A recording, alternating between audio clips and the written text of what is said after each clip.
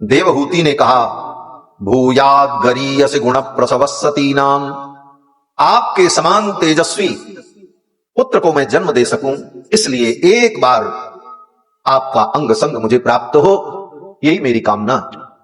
महर्षि कर्दम ने अपने तपोबल से एक दिव्य विमान प्रकट किया।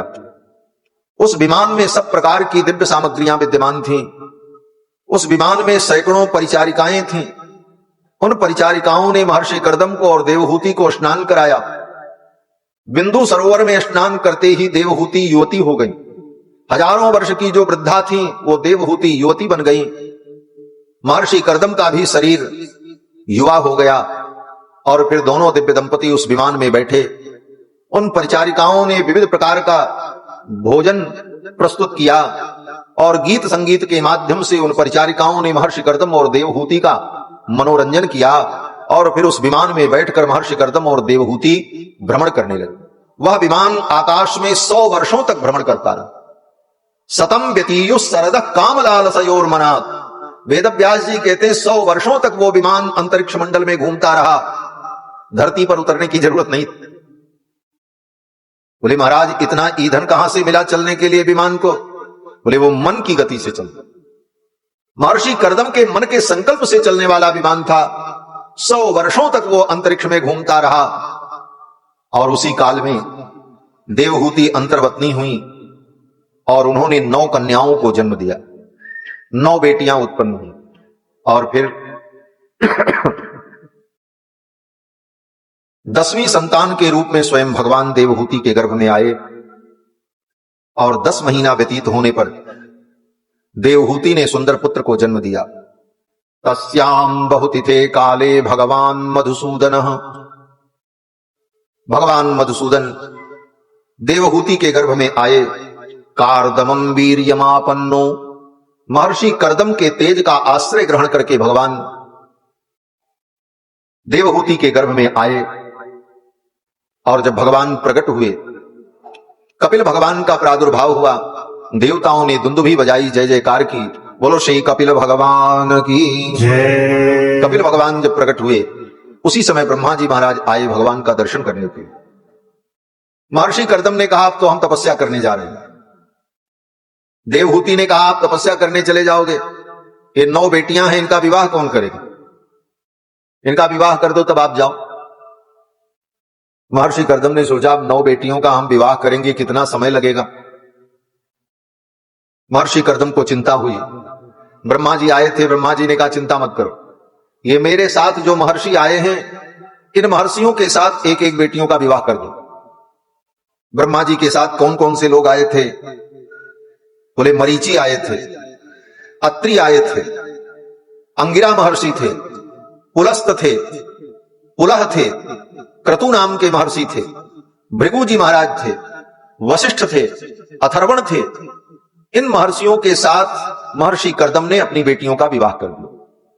महर्षि कर्दम की जो बेटियां इन महर्षियों को ब्याही गईं, इनसे जो संतान उत्पन्न हुई उन्हीं से ब्राह्मणों के वंश का विस्तार हुआ। ये ब्राह्मण का जितना वंश है ब्राह्मणों का, ये सब महर्षि कर्दम की बेटी मरीचि की पत्नी कला, अनसुया, महर्षि कर्दम की जो दूसरी बेटी है उनका नाम अनसुया है, जिनका विवाह अत्रि महर्षि के साथ। इन्हीं की बेटी अरुंधति है, जिनका विवाह वशिष्ठ जी के साथ हुआ। इन्हीं से ब्राह्मणों के वंश का विस्तार हुआ। और फिर महर्षि कर्दम तपस्या करने के लिए चले गए। देवहूति अपने पुत्र कपिल के साथ आश्रम में रहने लगी। शास्त्र का यही नियम है, स्त्री को कभी स्वतंत्र नहीं रहना चाहिए। इसका मतलब यह नहीं है कि स्त्री को पराधीन रहना चाहिए, इसका गलत अर्थ लोग लेते हैं। स्त्री को स्वतंत्र नहीं रहना चाहिए, इसका मतलब उसे संरक्षण की आवश्यकता है, किसी के संरक्षण में ही उसे जीवन व्यतीत करना चाहिए, यह तात्पर्य है। जब तक कन्या हो पिता का संरक्षण उसे मिले, युवा होने पर पति का संरक्षण उसे प्राप्त हो, और वृद्धावस्था में पति संन्यास लेकर के अगर चले जाएं तो पुत्र के संरक्षण में रह करके वो जीवन व्यतीत करे। न स्त्री स्वातंत्र मर्हति, ये शास्त्र का वचन। महर्षि कर्दम तो तप करने के लिए चले गए। देवहूति अपने पुत्र कपिल के साथ आश्रम में रहती थी। जाते जाते महर्षि कर्दम ने कहा था, देवी, तुम्हारा ये पुत्र जो कपिल है, ये साक्षात भगवान है। इसी के उपदेश से तुम्हें भी परम गति की प्राप्ति होगी और तुम्हें कल्याण की प्राप्ति होगी। महर्षि कर्दम तो चले गए। देवहूति अपने पुत्र कपिल के साथ रहती थी। एक दिन मां देवहूति ने अपने पुत्र कपिल से कहा, बेटा, तू तो भगवान है और तेरे पिता ने कहा था कि तेरे ही उपदेश से मेरा कल्याण होगा। तो आज मैं पूछना चाहती हूं कि जीव का परम कल्याण कैसे होता है। मां देवहूति ने अपने पुत्र कपिल से जब पूछा तो कपिल भगवान अपनी मां को उपदेश करते हैं। यह प्रसंग जो भागवत में है, कई अध्याय में है। इसका नाम है कपिलोपाख्यान। कपिल भगवान अपनी मां को यह उपाख्यान सुनाते हैं। कपिल भगवान ने जो कहा है, प्रसंग तो बड़ा विस्तृत है, लेकिन थोड़ी सी बात कहेंगे। कपिल भगवान ने कहा, मां, जीव को परम कल्याण की प्राप्ति के लिए सर्वप्रथम कुसंग का त्याग करके सत्संग करना चाहिए। प्रसंगमजरम पासम आत्मन कवयो विदुः। कुसंग ऐसा पास है जिस कुसंग में पड़ जाने पर व्यक्ति छूट नहीं पाता है। और सत्संग अगर मिल जाए, कपिल भगवान कहते हैं, सएव साधुस कृतो मोक्ष द्वारम अपावृतम। अगर संतों का संग मिल जाए तो मोक्ष का द्वार खुल जाता है, उसके लिए मोक्ष का द्वार खुल जाता है। सत्संग की महिमा बताई। सत्संग क्या है? कहते संतों का संग सत्संग। और विशेष व्याख्या अगर समझें तो सत का संग सत्संग। सत क्या है? बोले सत शास्त्र, सत वेद, सत भगवान, सत संत। तो वेद, शास्त्र, भगवान और संत, इनका जो संग है, सत्य का संग, इसी का नाम सत्संग है।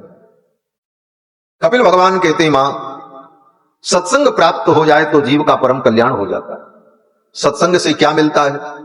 कपिल भगवान कहते हैं, सत्संग के द्वारा मेरे चरणों की भक्ति प्राप्त हो जाती है। और मेरे चरणों की भक्ति प्राप्त हो गई तो भक्त को फिर कोई इच्छा शेष नहीं रह जाती। यहां तक कि मैं अपने भक्तों को अपना वैकुंठ और मोक्ष देने की बात करता हूं तो मेरे भक्त कहते हैं, महाराज, हमको नहीं चाहिए। अर्थ न धर्म न काम रुचि गति न चाहूं निर्वाण, जन्म जन्म रति राम पद यह वरदान। भक्त न वैकुंठ चाहता है, न भक्त भोग चाहता है। भक्त तो यही कामना करता है, बार बार भगवान के चरणों की भक्ति हमारे द्वारा होती रहे, जन्म जन्म भगवान के चरणों की भक्ति हमें मिले। तो कपिल भगवान कहते हैं, मां, ऐसी भक्ति आ जाए तो जीवन धन्य हो जाता है। आगे कपिल भगवान ने अपनी मां को सांख्य शास्त्र के तत्वों का वर्णन करके सुनाया। सांख्य एक दर्शन है। भारतीय दर्शन में 6 आस्तिक दर्शन हैं और 6 नास्तिक दर्शन हैं। नास्तिक दर्शन में चार्वाक, जैन, बौद्ध, सौतांत्रिक, वैभाषिक और योगाचार, ये 6 दर्शन नास्तिक दर्शन है। और 6 दर्शन आस्तिक दर्शन है। मीमांसा, वेदांत, सांख्य, योग, न्याय और वैशेषिक। कालांतर में ये 6 आस्तिक दर्शन 3 दर्शन के रूप में प्रतिष्ठित हो गए। सांख्य और योग मिलकर के एक दर्शन, न्याय और वैशेषिक मिलकर के एक दर्शन, और मीमांसा और वेदांत मिलकर के एक दर्शन। ये आस्तिक दर्शन है। और चार्वाक, बौद्ध और जैन, ये 3 प्रमुख नास्तिक दर्शन है। नास्तिक और आस्तिक में अंतर क्या है? सामान्यतया व्यक्ति को यही समझ में आता है कि जो भगवान को माने वो आस्तिक और जो भगवान को न माने वो नास्तिक। लेकिन ये नास्तिक आस्तिक की परिभाषा नहीं है। भगवान को आप मानते हैं नहीं मानते हैं इसका कोई लेना देना नहीं। तब आस्तिक और नास्तिक की परिभाषा क्या है? तो कहते हैं जो वेद को प्रमाण मानता है वो आस्तिक है, और जो वेद को प्रमाण नहीं मानता वो नास्तिक है। नास्तिको वेद निंदका, जो वेद की निंदा करता है वो नास्तिक है। भगवान को न माने कोई बात नहीं। आस्तिक दर्शन में सबसे बड़ा आस्तिक दर्शन मीमांसा है, जैमिनी की। और जैमिनी की मीमांसा में ईश्वर के ऊपर कोई विचार ही नहीं किया गया, लेकिन सबसे बड़ा आस्तिक दर्शन है। क्यों? क्योंकि वेद को परम प्रमाण मानता।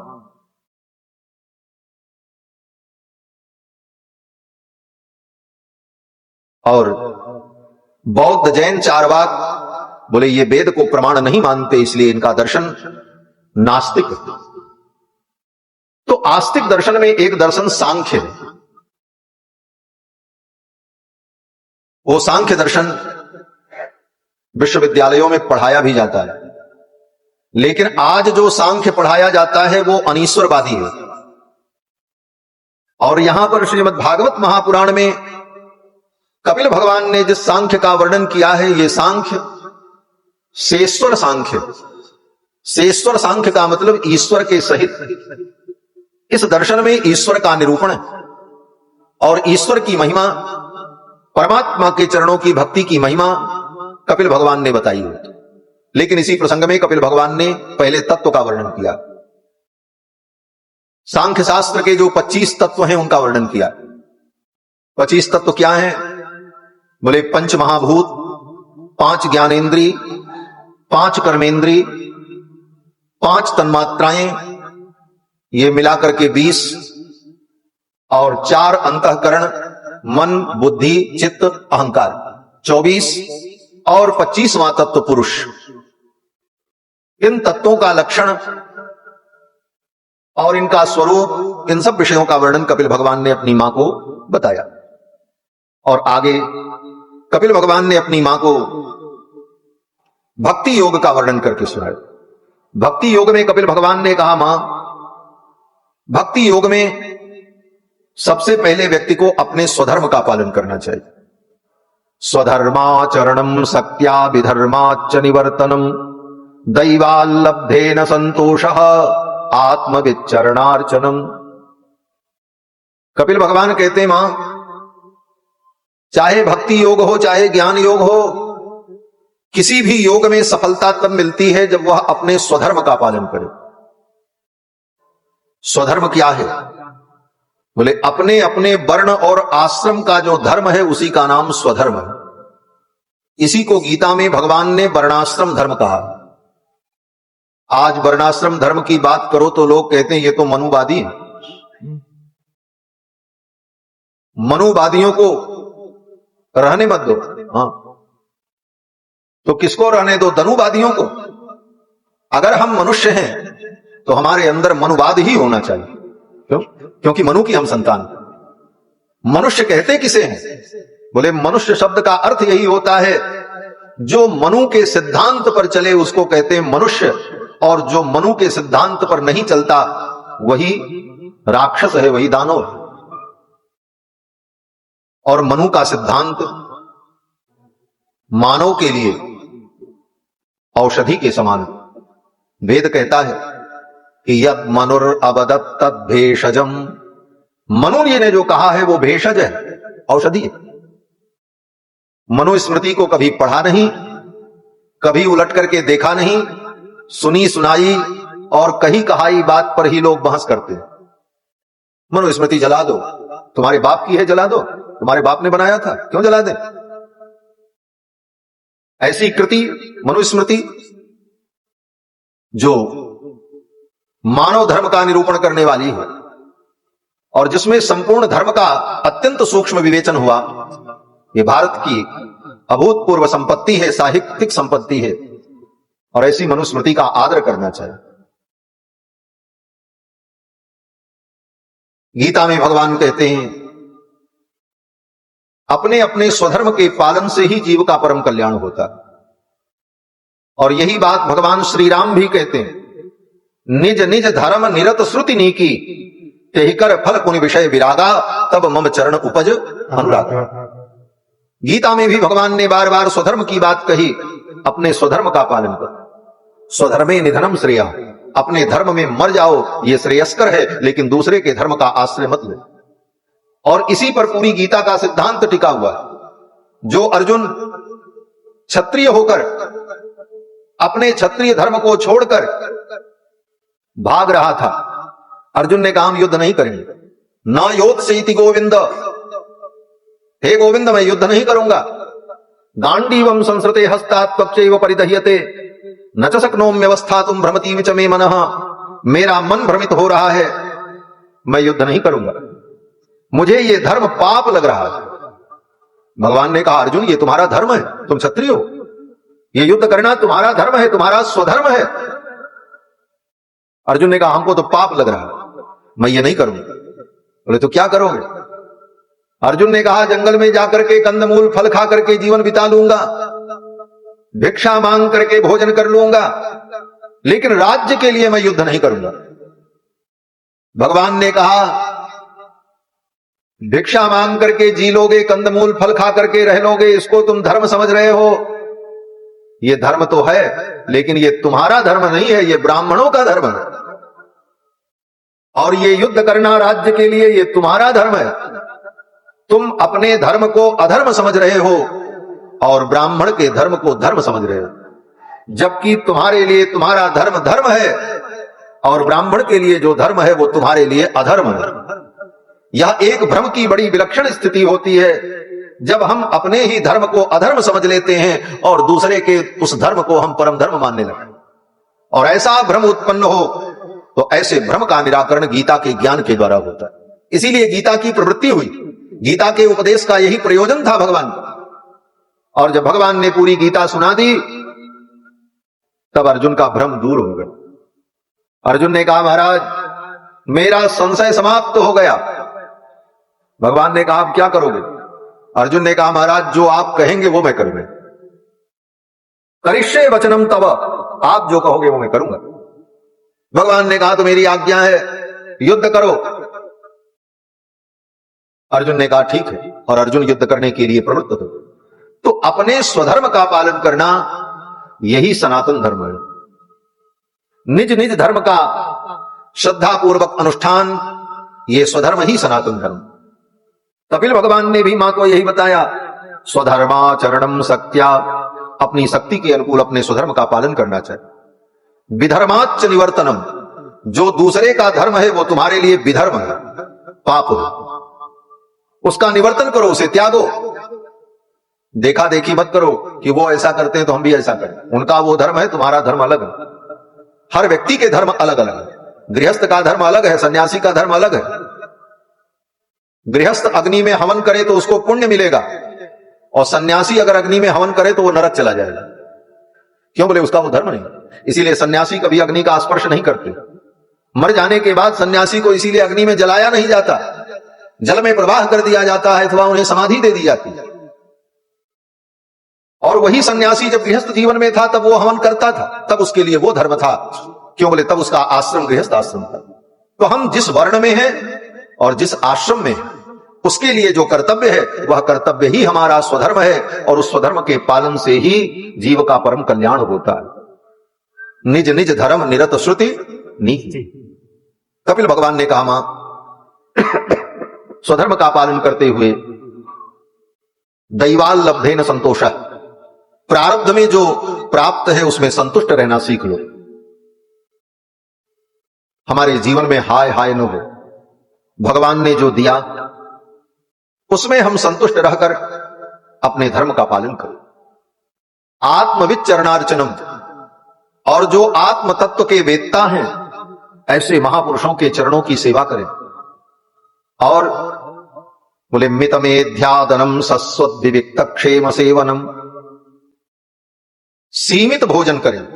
भोजन पर भी विचार किया। कपिल भगवान कहते हैं मां जो व्यक्ति सीमित और पवित्र भोजन करता है उसी की साधना सफल होती है। होटलिंग करोगे और बोतलिंग करोगे तब साधना वधना नहीं होगी, सब साधना भ्रष्ट हो जाएगी। और सच पूछो तो हिंदू के लिए होटल होता ही नहीं। लोग कहते हैं महाराज होटल में खा लेंगे, बोले इसका मतलब तुम हिंदू हो ही नहीं। खाली लाल झंडा लेकर के और गमछा लपेट करके लाल रंग का और जय श्री राम करने से ही कोई हिंदू नहीं हो जाता। बहुत कड़वी बात। जब तक हिंदुत्व का आचरण तुम्हारे जीवन में न हो तो खाली एक भीड़ का तुम अंग बन करके रह जाओगे, तुम्हारे अंदर कोई हिंदुत्व प्रतिष्ठित नहीं हो पाए। हिंदू के लिए होटल होता ही नहीं। एक बार हमारे गुरुजी साथ में थे, हम लोग गुरुजी के साथ काशी गए। काशी में स्टेशन से उतर करके जब जाने लगे पैदल, मंगला गौरी तक जाना था, तो स्टेशन से बाहर निकलते ही एक होटल दिखाई पड़ा और उस पर लिखा था हिंदू होटल। तो गुरुजी ने देखा, गुरुजी हंसने लगे और गुरुजी ने कहा देखो क्या लिखा है। हमने कहा लिखा है गुरुजी हिंदू होटल। बोले इसका मतलब समझे? हमने कहा नहीं। गुरुजी ने कहा इसका मतलब है हिंदू हो तो टल। हिंदू अगर हो तो टल और हिंदू नहीं है तो फिर चल। क्या दिक्कत? इस एक सहज व्यवहार में इतना बड़ा उपदेश गुरुदेव के द्वारा मिल जाता था। अद्भुत महापुरुष थे पूज्य गुरुदेव भगवान। तो होटल हिंदू के लिए नहीं है। अगर आप सच्चे हिंदू हैं तो आप होटल में नहीं जाएंगे। अभी कांवड़ यात्रा हो रही थी तो बड़ा विवाद हुआ कि लोग कांवड़ यात्रा में जा रहे हैं, शिव जी की भक्ति कर रहे हैं, होटल वाले अपना पूरा परिचय लिखें, किस जाति के हैं, किस धर्म के हैं, क्या हैं, और उस पर बड़ा विवाद हुआ। मैं कहता हूं वो विवाद गलत था, ऐसा नहीं होना चाहिए। क्यों? बोले जो कांवड़ की यात्रा कर रहा है उसको स्वयं नियम का पालन करना चाहिए, उसको होटल में जाने की जरूरत ही नहीं है, चाहे जिसका होटल हो, क्या लेना देना। अगर तुम सच्चे शिव भक्त हो तो तुम अपनी खाने की सामग्री, चिवड़ा, भूजा, फल, फलहार अपने साथ रख करके यात्रा करो, होटल में खाने की क्या जरूरत। और अगर होटल में आप खा रहे हो तो फिर आप भक्ति का केवल ढोंग कर रहे हो, आपकी भक्ति नहीं। ये विवाद आवश्यक नहीं।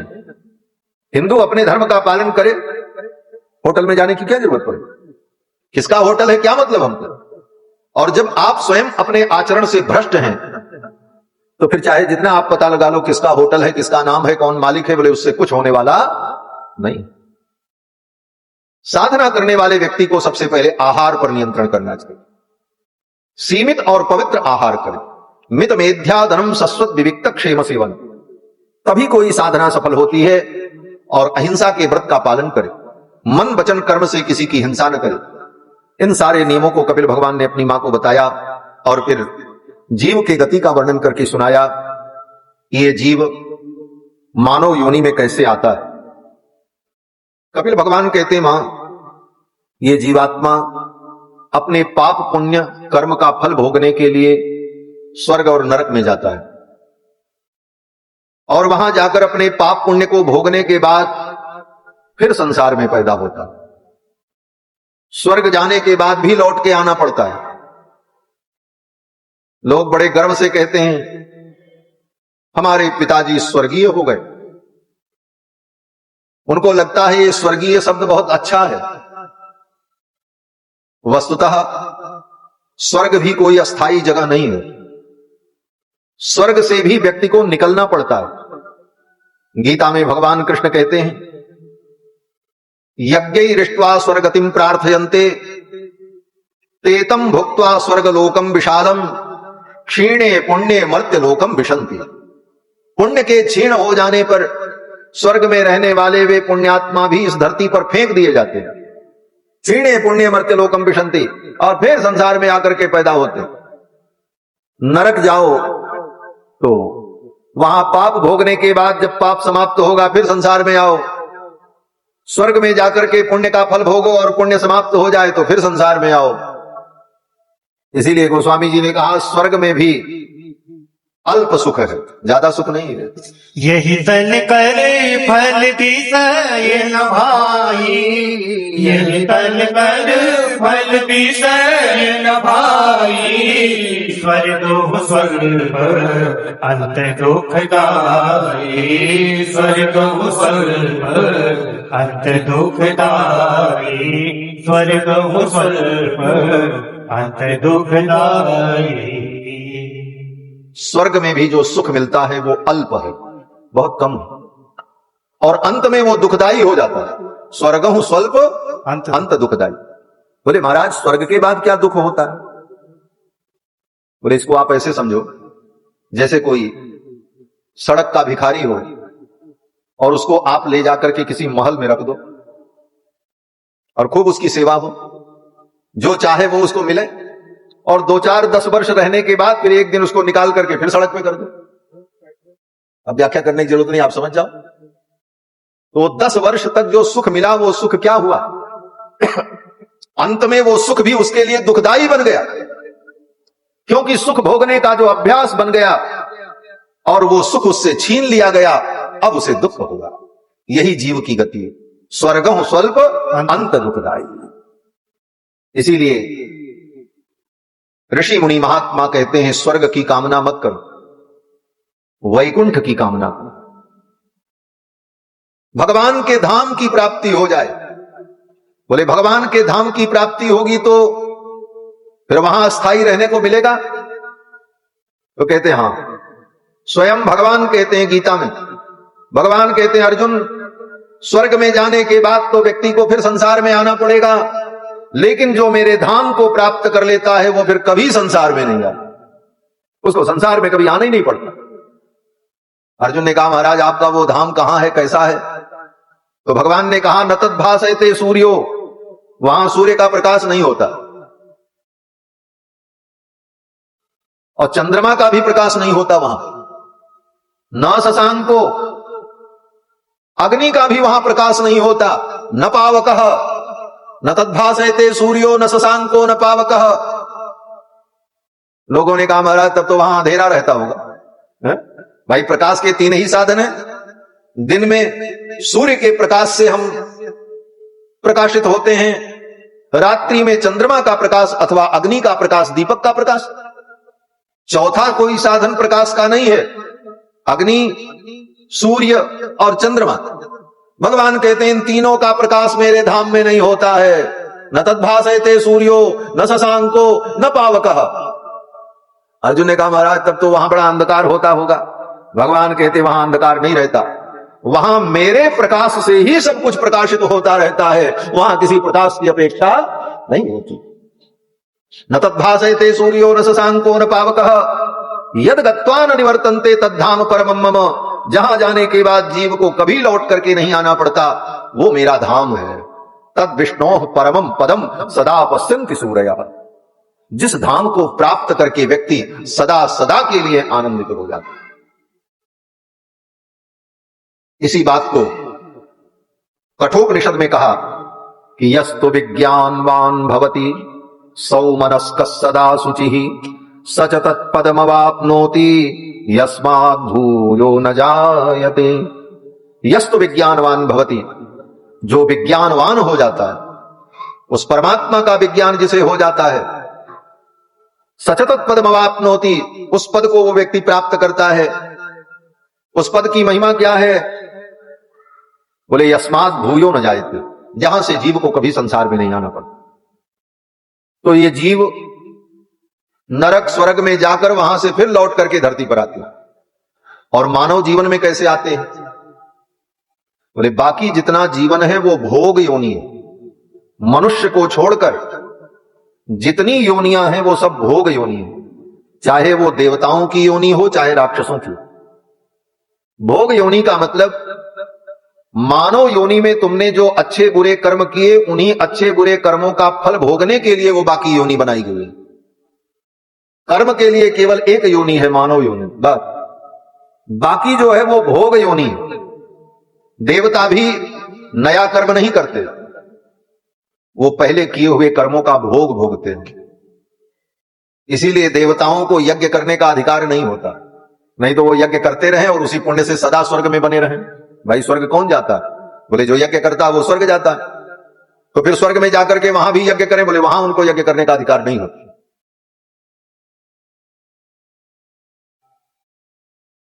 और मनुष्य के अतिरिक्त अन्य योनियों में कर्म का अधिकार नहीं होता। तो मनुष्य ही अपने कर्मों के द्वारा देव योनि को प्राप्त करता है और पाप कर्म करने पर अनेक प्रकार की भोग योनियों में दुख भोगता है और भटकता, और फिर स्वर्ग नरक जाकर के वहां से फिर जब भगवान की कृपा होती है तो भगवान मानव योनि देते हैं। और मानव योनि बार बार नहीं मिलती। कबहु की करी करुणा नर दे, जब करुणा करते हैं तब ये मानव योनि मिलती। उसमें भी कौन सी मानव योनि? बोले भारतवर्ष में पैदा होने वाले मनुष्य, अमेरिका जापान में पैदा होने वाले नहीं। मनुष्य योनि में भी 4 लाख जातियां हैं, जिसमें ब्राह्मण क्षत्रिय वैश्य शूद्र ये 4 वर्ण ही कर्म योनि है। बस इसके अलावा जो मनुष्य हैं धरती पर वो कर्म योनि के अंतर्गत नहीं है। उनको भी किसी कर्म का अधिकार नहीं। पिछले जन्मों के पुण्य को भोगने के लिए पैदा हुए हैं, भोग लें। नए कर्म करने का उन्हें अधिकार नहीं। और कर्म करने का अधिकार केवल भारत भूमि में। ये भारत कर्म भूमि है, यहां कर्म का फल होता है। आप भारत में यज्ञ करो तो यज्ञ का पुण्य होगा, और वही यज्ञ जाकर के अमेरिका में करो तो उसका कोई पुण्य नहीं है। क्यों? बोले वो कर्म भूमि नहीं है। ब्रह्मावर्त आर्यावर्त जो कर्म भूमि है, उत्तर में हिमालय, दक्षिण में विंध्य और पूरब और पश्चिम में समुद्र, इसके बीच का जो भूभाग है यही आर्यावर्त है। और इस आर्यावर्त में रहने वाले जो वर्णाश्रम धर्म को मानने वाले मनुष्य हैं, उन्हीं को कर्म का अधिकार है, और वो इस धरती के सर्वश्रेष्ठ प्राणी हैं, आर्य हैं, उन्हीं को कर्म का अधिकार है। तो मानव जीवन में कर्म का अधिकार जीव को प्राप्त होता है, और भगवान कृपा करके ये जीवन देते हैं। और किस लिए देते हैं? अब इसमें भी विचार करना चाहिए कि मानव जीवन बड़ा दुर्लभ है, लेकिन मिला क्यों? तो भगवान कहते हैं कि ये नर तन तुमको इसलिए मिला है कि इसे पा करके तुम संसार बंधन से मुक्त हो जाओ। ये इसलिए नहीं मिला है कि बहुत बड़े नेता बन जाओ, बहुत बड़े उद्योगपति बन जाओ, बहुत बड़े नामचीन व्यक्ति बन जाओ। ये जीवन इसलिए मिला है कि आत्मा का उद्धार कर लो। भगवान कहते हैं नर तन भव बारिधि कहूं बेरो। नर तन भव बारिधि कहूं बेरो, नर तन भव बारिधि कहूं बेरो। सन्मुख मरुति अनुग्रह मेरो, सन्मुख मरुति अनुग्रह मेरो, सन्मुख मरुति अनुग्रह मेरो, सन्मुख मरुति अनुग्रह मेरो। नर तन भव बारिधि कहूं बेरो, नर तन भव बारिधि कहूं बेरो, नर तन भव बारिधि कहूं बेरो। ये मानव जीवन इसलिए मिला, इस जीवन को पाकर के भवसागर से पार होगा, और अगर नहीं हुए तो उसका भी उत्तर दिया भगवान ने। भगवान ने कहा तुमको स्वयं की आत्मा की हत्या का पाप लगेगा। आत्मा हन गति जाई। जो लोग अपने उद्धार का प्रयत्न नहीं करते हैं ये जीवन पाकर के, वो अपनी आत्मा की ही मानो हत्या कर रहे हैं। आत्महत्या करने का जो पाप है वही पाप उनको लगता है। इसलिए इस जीवन का एक ही उद्देश्य है, आत्मकल्याण। बाकी जो उद्देश्य हैं वो आनुषांगिक हैं। उस आत्मकल्याण रूपी उद्देश्य के अंग हैं, न कि अंगी हैं। अंग तो आत्मकल्याण। तो ये मानव जीवन बड़ा दुर्लभ है। दुर्लभम मानुषम जन्म तदप्यध्रुवमर्थदम। और इसकी दूसरी खासियत क्या है? बोले ये मानव जीवन बड़ा दुर्लभ है, और इसकी दूसरी विशेषता यह है कि कब ये आपसे छिन जाए ये आपको पता नहीं। अगले क्षण आप रहो न रहो इसका कोई ठिकाना नहीं। एक पल की खबर नहीं है। और हम लोग बोले 10 वर्षीय योजना बना के बैठे, 1 2 की नहीं 10 वर्षीय योजना। खबर नहीं पल की और बात करें कल की। एक पल की खबर नहीं है कि यह जीवन कब हमसे छिन जाएगा। और हम सोचते हैं चलो अभी तो आनंद लेते हैं, बाद में कल्याण के विषय में सोचेंगे। कब सोचेंगे? बोले बुढ़ापे में सोचेंगे। पता नहीं बुढ़ापा आएगा कि नहीं आएगा। इसीलिए किसी भक्त ने कहा भरी जवानी में भजन कर लो, बुढ़ापा में भजन नहीं होगा। क्यों? बोले बुढ़ापे में कथा सुनने चलोगे, कान से सुनाई नहीं पड़ेगी। मशीन लगाओगे, बोले और हाय हाय होने लगे। मशीन लगाने वालों को तो पता ही हो, क्या कथा सुनोगे। बैठ भी नहीं पाओगे, ज्यादा देर बैठने पर हाथ पैर में दर्द। तीर्थ से कल्याण होता है, बुढ़ापे में तीर्थ भी नहीं होगा, चलने की शक्ति नहीं रहेगी। मैं देखता हूं अयोध्या में महाराज, लोग आते हैं व्हील चेयर पे बैठ करके, कैसे कैसे जाते हैं, तब दर्शन होता है। मैं सोचता हूं कि जब जवानी में चलने की शक्ति थी तब तो शिमला और नैनीताल घूम रहे थे, है? और जब किसी लायक नहीं हुए तो राम जी को देखने आए, है? यही बात श्री प्रहलाद जी असुर बालकों को बताते हैं भागवत में। प्रहलाद जी कहते हैं कि कौमाराचरेत प्राज्ञो धर्मान भागवतानिह।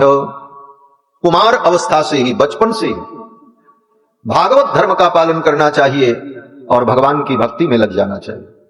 क्यों? बोले दुर्लभम मानुषम जन्म, ये जन्म बड़ा दुर्लभ। कपिल भगवान कहते मां, जब ये जीवात्मा मानव योनि में आता है तो सर्वप्रथम भोजन के माध्यम से यह सूक्ष्म जीव पुरुष के शरीर में प्रवेश करता है और फिर पुरुष के द्वारा खाए गए खाद्य पदार्थ के रस में मिलकर, रस से रक्त में जाकर, रक्त से मांस में जाकर, मांस से अस्थि में जाकर, अस्थि से फिर मज्जा में जाकर और फिर मज्जा के बाद उत्तम धातु वीर्य में प्रविष्ट होकर वह सूक्ष्म जीव गर्भाधान संस्कार के समय मां के उदर में प्रविष्ट होता है। और मां के उदर में जब प्रविष्ट होता है, स्त्रिया प्रविष्ट उदरम पुंसो रेतक कणाश्रय, पुरुष के रेत कण का आश्रय ग्रहण करके यह जीवात्मा जब स्त्री के उदर में प्रवेश करता है तो पहली रात्रि में वो कलल के समान होता है। कललम त्वेक रात्रेण पंचरात्रेण बुद्बुदम, पहली रात्रि में वो कलल के समान होता है, 5 रात्रि में बुदबुद के समान हो जाता है, 10 दिन बीतने पर बेर फल के बराबर हो जाता है, 1 महीने में अंडे के बराबर हो जाता है। पेश्यंडम वा ततः परम और मासे न च शिरोद्वाभ्याम, 2 महीना बीतने पर उसी पिंड में सिर का निर्माण होने लग जाता है, अंग प्रत्यंग का विकास प्रारंभ हो जाता है।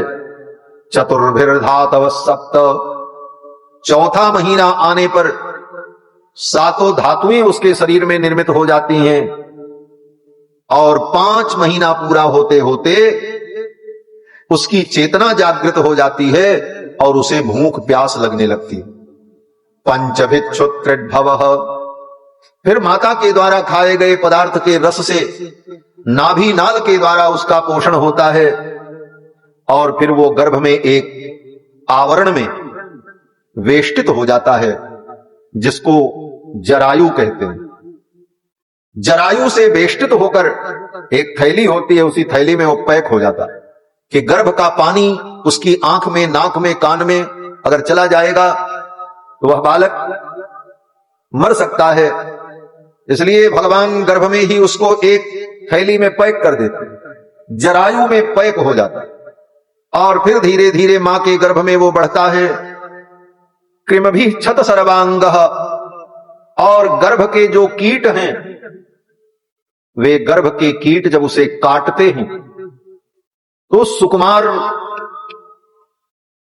प्राणी को इतनी पीड़ा होती है कि कभी कभी वो गर्भ में मूर्छित हो जाता है और जब बालक गर्भ में मूर्छित हो जाता है, उसका हिलना डुलना बंद हो जाता है, तो मां को परेशानी होने लगती।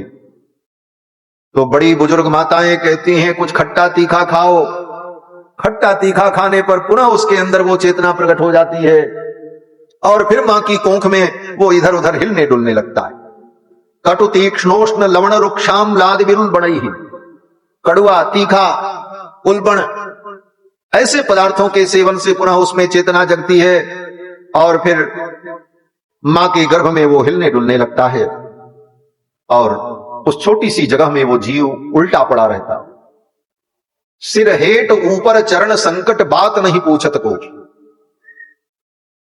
पैर ऊपर और सिर नीचे उल्टा रहता है। और जब जन्म का समय आता है तो जन्म के कुछ क्षण पूर्व उसके 100 जन्मों के कर्म की उसे स्मृति हो जाती है उस जीव को। तत्र लब्ध स्मृतिर्दैवात्, तत्र लब्ध स्मृतिर्दैवात् कर्म जन्म शतोद्भवम्। उसके 100 जन्मों के कर्म उसे याद आ जाते हैं, कौन कौन से कर्म हमने किए, और अब फिर मैं मानव योनि में जा रहा हूं, एक बार मुझे फिर कर्म करने का अवसर मिलने वाला है। और पिछले 100 जन्मों के अपने कर्मों को देखकर वो दुखी होकर भगवान से प्रार्थना करता है। क्या प्रार्थना करता है? गर्भोपनिषद में पढ़ लेना। गर्भोपनिषद एक उपनिषद है जिसमें इन विषयों का बड़े विस्तार से वर्णन है। जीवात्मा कहता है कि हे भगवान, यद योने प्रमुच्चे हम प्रपद्ये पुरुषोत्तमम, इस योनि से मैं बाहर जाऊंगा तो हे पुरुषोत्तम, मैं आपकी शरणागति करके आपका भजन करूंगा और कुछ नहीं करूंगा। अब जग जाई भजहु चक्रपाणी, अब जगत में जाकर के चक्रपाणी का मैं भजन करूंगा और कुछ नहीं करूंगा। मैंने देख लिया, 100 जन्मों के कर्मों को देख लिया, ये सब व्यर्थ है। अब तो मैं आपका भजन करूंगा। लेकिन गर्भ से आने के बाद माया के प्रभाव से जीव सब कुछ भूल जाता है। किसका दोष है? फिर तो माया का दोष है।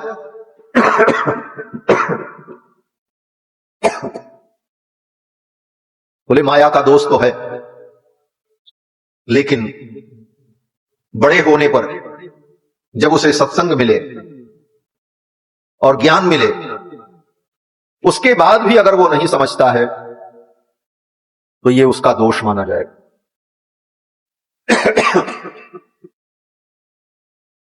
कपिल भगवान कहते, मां, इस प्रकार ये जीव मानव जोनि में आता है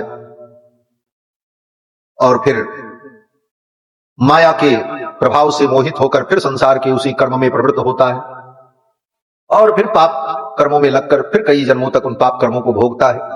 यही जीव की गति अनादिकाल से चलती चली आ रही है। पुनरपि जननम पुनरपि मरणम पुनरपि जननी जठरेश, बार बार जन्म लेना, बार बार मां के गर्भ में आना और बार बार मरना। इस बंधन से हम मुक्त हो जाएं, यही जीव का परम कल्याण है। और ये मुक्ति भगवान की कृपा से प्राप्त होगी, भगवान के चरणों की भक्ति से होगी। ये सब कपिल भगवान ने अपनी मां को बताया। अंत में मां देवहूति ने कहा, हे भगवान, आपके उपदेश से मेरे मोह का पर्दा हट गया। वित्रस्त मोह पटला तमभिप्रणम्य।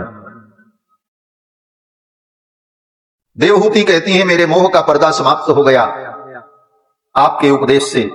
लेकिन एक बात मुझे बड़ी आश्चर्यमयी लगती है। कपिल भगवान ने कहा, क्या? देवहूति ने कहा, प्रलय काल में संपूर्ण सृष्टि आपके अंदर विलीन हो जाती है और आप छोटे से बालक बनकर के बटपत्र एक बट के पत्ते के द्रोण में आप लेटे रहते हैं। करार विंदेन पदार विंदम मुखार विंदे विनवेशयंतम बटस्य पत्रस्य पुटे शयानम बालम मुकुंदम मनसा स्मरामि। ये लीला आपके तीर्थराज प्रयाग की ही है। प्रलय काल में अक्षय वट सुरक्षित रहता है और उसी अक्षय वट के पत्तों के बीच में भगवान बालक बनकर के लेटे रहते, बाल मुकुंद भगवान। और अपने पैर का अंगूठा अपने मुख में रख करके पीते रहते हैं। किसी भक्त ने कहा, भगवान अपने पैर का अंगूठा अपने मुख में रख करके क्यों पीते हैं? तो भक्त ने कहा, देखो भगवान ने विचार किया, मेरे चरणामृत में बड़ी शक्ति है। मेरा चरणामृत जो पी लेता है वो तो संसार बंधन से मुक्त हो जाता है। विष्णु पादोदकम पीत्वा पुनर्जन्म न विद्यते। और गंगा जी कौन है? बोले गंगा जी भगवान का चरणामृत है, विष्णु पादोदका है।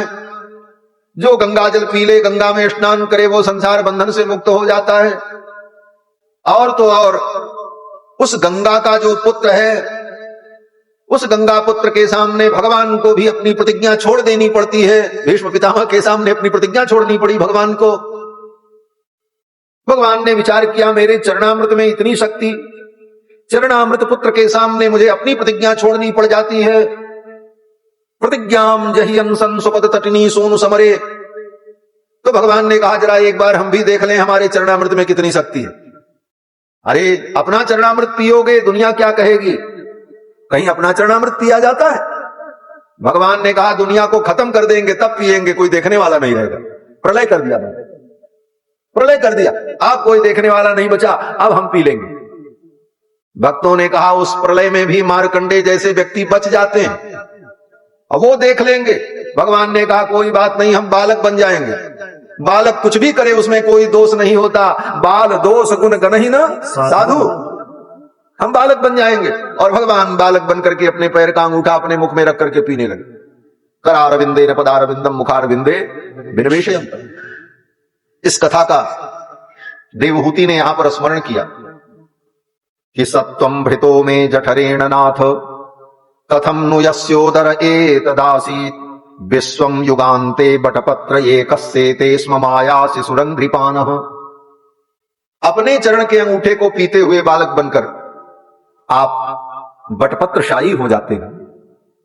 भगवान ने कहा, हम अपने चरणामृत का महत्व जानने के लिए अपने चरणामृत का पान कर लेते। दूसरे भक्त ने कहा, नहीं नहीं, इस लीला का रहस्य कुछ और है। बोले क्या रहस्य है?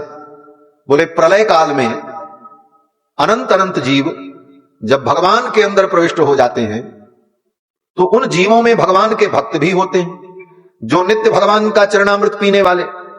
तो प्रलय काल में वे भगवान के भक्त सोचते हैं, अब चरणामृत कहां मिलेगा, अब तो प्रलय हो चुकी है। तो भगवान कहते हैं, चिंता मत करो, हम डायरेक्ट सप्लाई यहीं से करते हैं, भीतर बैठे बैठे सब चरणामृत पीते रहो। मेरा अपने ही उदर में विराजमान अनंत अनंत जीवों को अपने चरणामृत का आस्वादन कराने के लिए भगवान गोविंद अपने पैर के अंगूठे को ही मुख में रख करके पीते। करारविंदे न पदारविंद।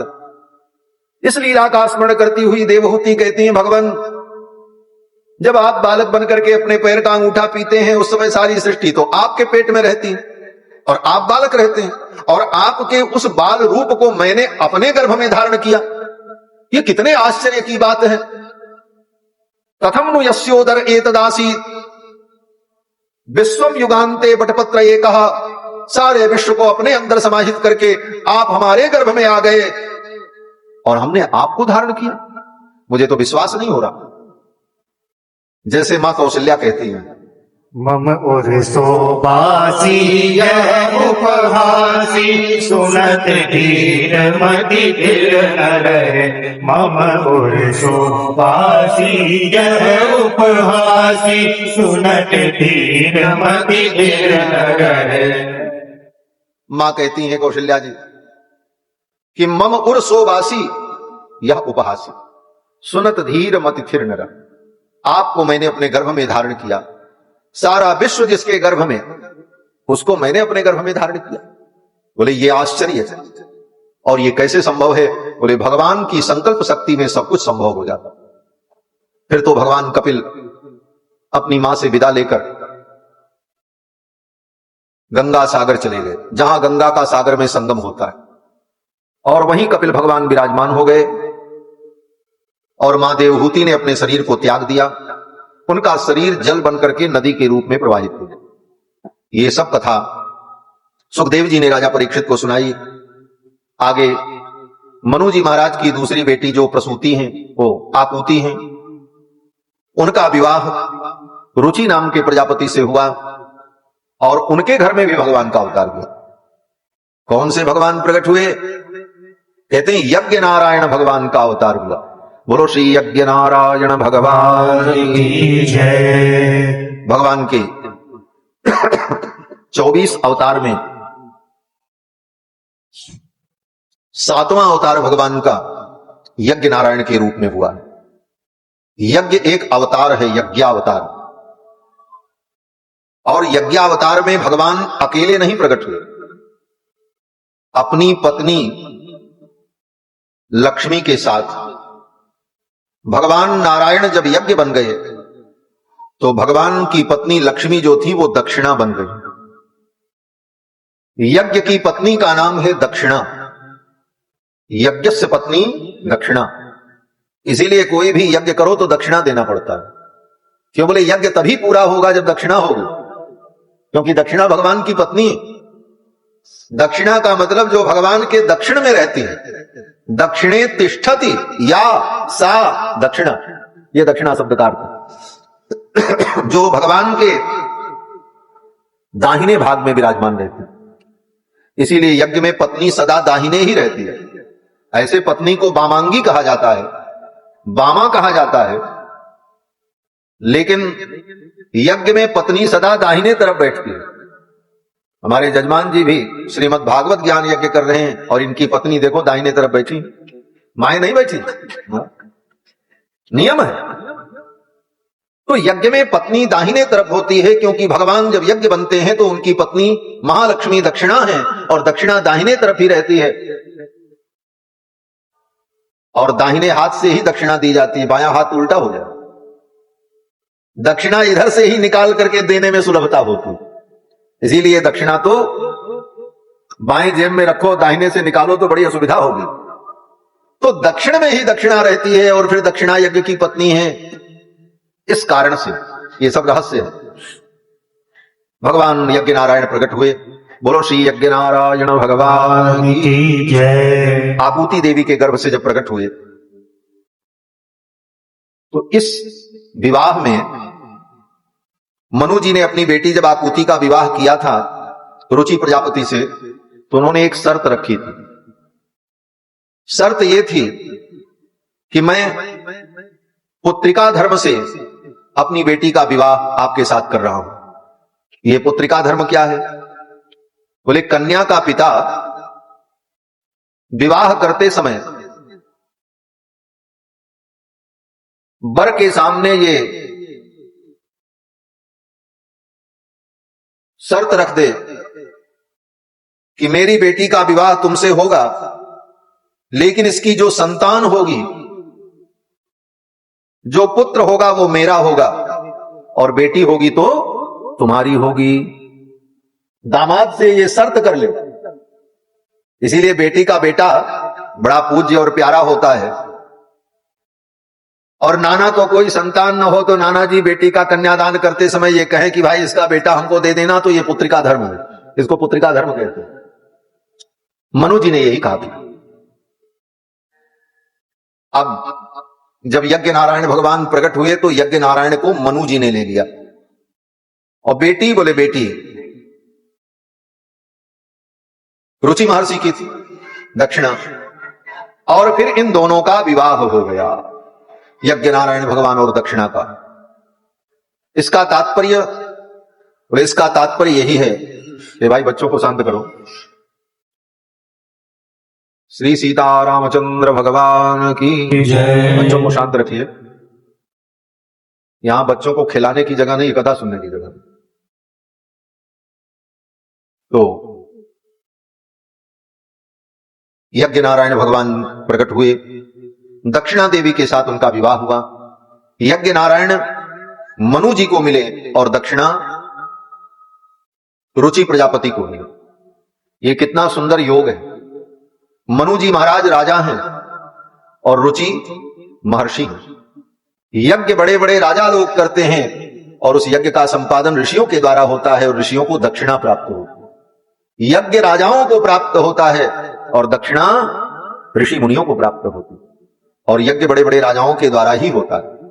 बड़े बड़े यज्ञों को राजा ही कर सकता है, कोई साधारण व्यक्ति कर भी नहीं सकता। इसके बाद मनु जी महाराज की तीसरी पुत्री प्रसूति का विवाह दक्ष प्रजापति के साथ हुआ। इनकी 16 कन्या हुई, जिसमें 13 कन्या का विवाह धर्म नाम के महर्षि के साथ हुआ।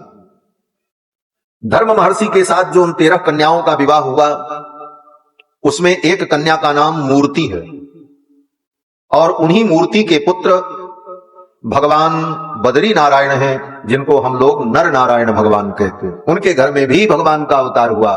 बोलो श्री बद्री नारायण भगवान की जय। मूर्ति के पुत्र बनकर के भगवान प्रकट हुए। और दक्ष प्रजापति की जो सबसे छोटी बेटी थी, उनका नाम सती, उनका विवाह भगवान शंकर के साथ हुआ। सती ने अपने पिता के यज्ञ में अपने प्राणों का त्याग किया और मरने के बाद पर्वत की बेटी बनकर के प्रकट हुई। इनका नाम पार्वती पड़ा। और फिर भगवान शिव के लिए इन्होंने तप किया, और फिर भगवान शिव ने पार्वती का पाणी ग्रहण किया। ये सब कथा सुखदेव जी ने राजा परीक्षित को सुनाई। आगे मनु जी के वंश का वर्णन करते हुए मनु के पुत्र का वर्णन कर। मनु जी के पुत्र जो हैं उत्तानपाद, और उत्तानपाद के पुत्र श्री ध्रुव जी महाराज हुए, जो भगवान के परम भक्त हुए। ध्रुव जी का चरित्र बहुत प्रसिद्ध है। 5 वर्ष की अवस्था में 5 महीने की कठिन तपस्या में ध्रुव जी ने भगवान का दर्शन प्राप्त किया। कारण क्या बना? बोले ध्रुव जी की सौतेली मां ने ध्रुव का अनादर कर दिया। ध्रुव जी महाराज सभा में गए और अपनी पिता की गोद में बैठने चले, तब तक सौतेली मां बगल में बैठी थी। उसने हाथ पकड़ करके खींच लिया और डांट लगाई। सौतेली मां सुरुचि ने कहा कि तुम इनकी गोद में नहीं बैठ सकती। न वत्स निपतेर धृत्यम भवानारोढ़ुमर्हति, तुम इनकी गोद में नहीं बैठ सकते, इस सिंहासन के तुम अधिकारी नहीं हो, क्योंकि तुम मेरे गर्भ से उत्पन्न नहीं हुए। 5 वर्ष के ध्रुव जी ने कहा, तो पिता की गोद में बैठने के लिए मुझे क्या करना होगा? सौतेली मां ने कहा, जाओ जाकर के तपस्या करो और भगवान तुम्हारे ऊपर प्रसन्न हो जाएं। तपसाराध्य पुरुषम तस्यैवानुग्रहेण में गर्भे तुम साधयात्मानुम यदि इच्छस निपासनम, और फिर भगवान से ये वरदान मांगो, मेरे गर्भ से तुम्हारा जन्म हो, तब तुमको ये सिंहासन प्राप्त होगा, तब पिता का उत्तराधिकार तुम्हें मिलेगा। इतनी बड़ी बात सौतेली मां ने ध्रुव जी को कहा। ध्रुव जी को बड़ा दुख लगा। 5 वर्ष के बालक ध्रुव अपनी मां के पास आए। इनकी मां जो थी, उनका नाम सुनीति, ये बड़ी महारानी थी। सुनीति को सब कुछ पता चल गया कि आज भरी सभा में मेरे पुत्र का अनादर हुआ है। मां सुनीति ने अपने पुत्र को समझाया। सुनीति ने कहा, बेटा तुम दुखी मत हो, तुम्हारी सौतेली मां ने जो कहा है ठीक कहा। सत्यम सुरुच्याभिहितम भवान में यद्दुर्भगाया उदरे गृहीतः, तुम्हारी सौतेली मां सुरुचि ने ठीक कहा। मेरी जैसी अभागिनी के गर्भ से तुम उत्पन्न हुए, इसीलिए आज तुमको ये दुख अनुभव करना पड़ रहा। ये तुम्हारा दोष नहीं है बेटा, ये मेरे प्रारब्ध का दोष है। मां सुनीति ने अपने पुत्र को अनुचित उपदेश नहीं दिया। दूसरी मां होती तो कहती, बेटा वो तुम्हारी सौतेली मां है, इसलिए उसने ऐसा कहा, तुमको ऐसा जवाब देना चाहिए। लेकिन मां सुनीति ने कहा, बेटा ये मेरे प्रारब्ध का दोष है। कोई किसी को सुख नहीं देता, कोई किसी को दुख नहीं देता। अपने ही किए हुए कर्मों का फल हम सुख और दुख के रूप में प्राप्त करते हैं।